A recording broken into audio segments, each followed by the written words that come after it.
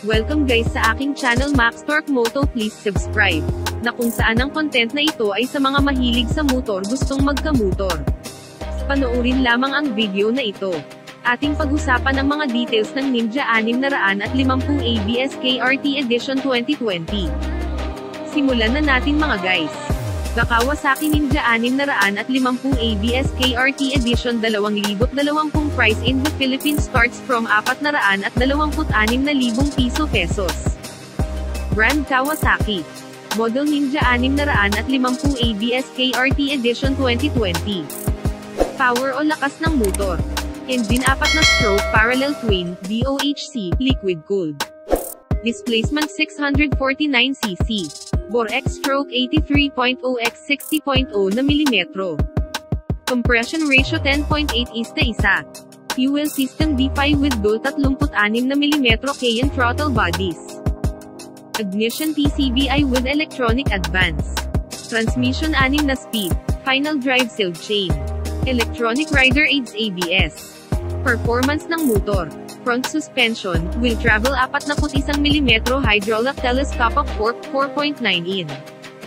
Rear suspension, wheel travel horizontal backlink with adjustable spring preload 5.1 in. Front tire gulong sa harapan 120 over 70/17. Rear tire gulong sa hulihan 160 over 60/17.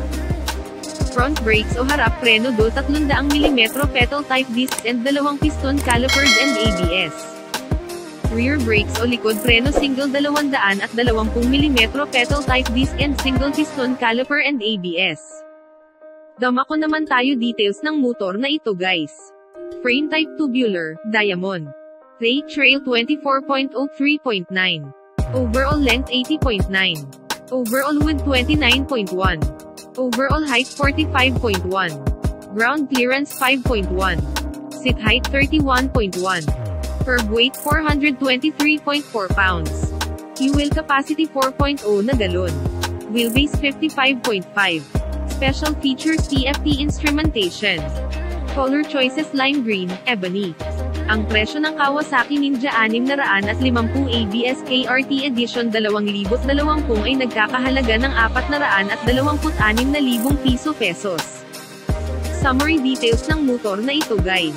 The Kawasaki Ninja 650 ABS KRT Edition 2020 heavy bike has been launched by Kawasaki in 2020.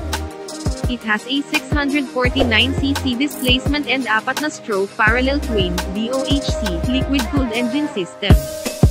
This motorbike comes with 31.1-inch seat height and 6 na speed transmission. Kawasaki 650 ABS KRT Edition motorcycle has dual 300 mm pedal type disc front brakes. Single 220 mm pedal type disc rear brakes. 5.1-inch ground clearance, 55.5-inch wheelbase, 3.9-inch trail, and 10.8:1 compression ratio. Huwag kalimutan mag-subscribe sa aking channel Max Torque Moto.